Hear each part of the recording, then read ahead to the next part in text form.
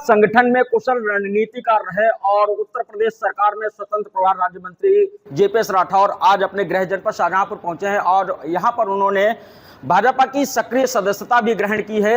सक्रिय सदस्यता ग्रहण करने के साथ साथ में आज हम उनसे बात करेंगे और जानेंगे कि जो उपचुनाव उत्तर प्रदेश में चल रहे हैं, जिनकी घोषणा भी हो चुकी है और लगभग लोग अपने अपने प्रत्याशी भी सभी दलों ने घोषित कर दिए हैं, तो क्या कुछ तैयारी है। सबसे पहले तो बहुत बहुत स्वागत है सर आपका।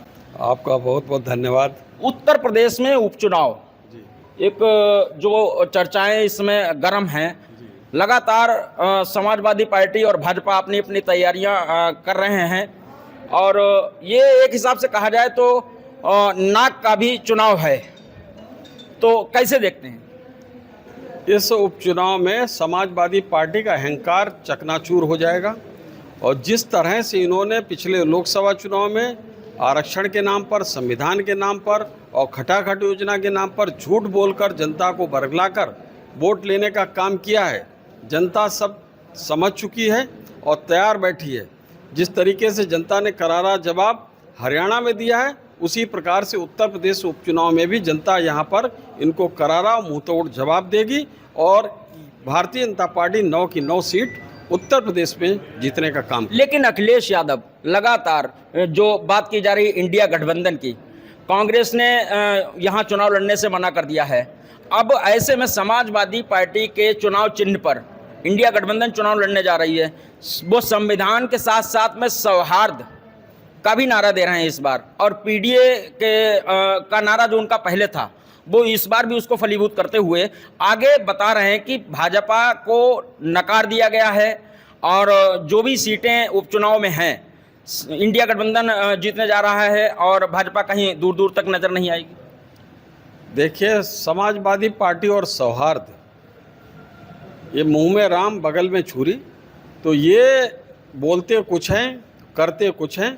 जिस तरीके से इनका जब सरकार थी पूरे प्रदेश को दंगा के आग में झोंकने का काम किया था, अभी भी जहां देखो कोई घटना होती है तो ये अपराधी और माफियाओं के साथ पूरी समाजवादी पार्टी खड़ी हो जाती है।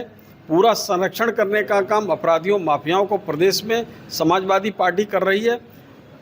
और जिस तरह से उत्तर प्रदेश में माननीय मुख्यमंत्री योगी आदित्यनाथ जी ने ये कानून व्यवस्था कायम की है, अपराधियों का मनोबल तोड़ने का काम किया है और उन्होंने जिस तरह से प्रदेश को दंगा मुक्त करने का काम किया है, मुझे लगता है कि जनता इस तरीके का वातावरण अमन चैन चाहती है और जनता पूरी तरीके से माननीय मुख्यमंत्री जी के नेतृत्व में आगे आने वाली इस सरकार को बहुत मजबूत करना चाहती है। माननीय प्रधानमंत्री नरेंद्र मोदी जी के नेतृत्व में देश में मजबूत से मजबूत सरकार यहाँ की जनता देखना चाहती है। जिस तरीके से पूरे देश में, दुनिया में माननीय प्रधानमंत्री नरेंद्र मोदी जी के नाम का डंका बज रहा है और आप दिखाई पड़ रही उसकी ध्वनि कि किस तरीके से दुनिया के दूसरे देशों में भी जाकर मोदी जी का परचम और किस तरीके से उनका गुणगान हो रहा है, यशगान हो रहा है। हम सभी कार्यकर्ता उससे उत्साहित हैं और ये उस उत्साह के दम पर ये पूरे चुनाव हम यहाँ भी जीतेंगे। हमने हरियाणा जीता है और महाराष्ट्र और झारखंड में भी भारतीय जनता पार्टी को अच्छी सफलता मिलेगी। लेकिन एक गंभीर आरोप अखिलेश यादव जी का लग रहा है कि जो बहराइच की घटना हुई, अभी कानपुर में कुछ घटना हुई, उसके लेकर के वो लगातार एक प्रश्न कानून व्यवस्था को लेकर के लगा रहे हैं कि चोर और सिपाही का खेल खेला जा रहा है। ये आज ट्वीट भी किया है अखिलेश यादव जी ने, तो ये गंभीर मुद्दा नहीं है क्या? देखिए, समाजवादी पार्टी के लोग लगातार इस प्रकार की घटनाओं के लिए पूरा लगे हुए हैं कि वहाँ पर इस प्रकार की घटनाएं करें और उसके बाद आरोप लगा दें कि भाजपा के लोग ही नाकाम है सरकार। अब इनको चिन्हित करके समाजवादी पार्टी के कहीं न कहीं कोई लोग मिलते हैं और जिस प्रकार की घटना हुई बहराइच में, दोबारा इस प्रकार की अगर घटना होती है तो और सख्त कार्रवाई की जाएगी। जब वहाँ पर घटना हुई, रामगोपाल मिश्रा जी के परिवार के लिए संवेदना के 2 शब्द इनके मुंह से नहीं निकले, मुंह में दही जम गई।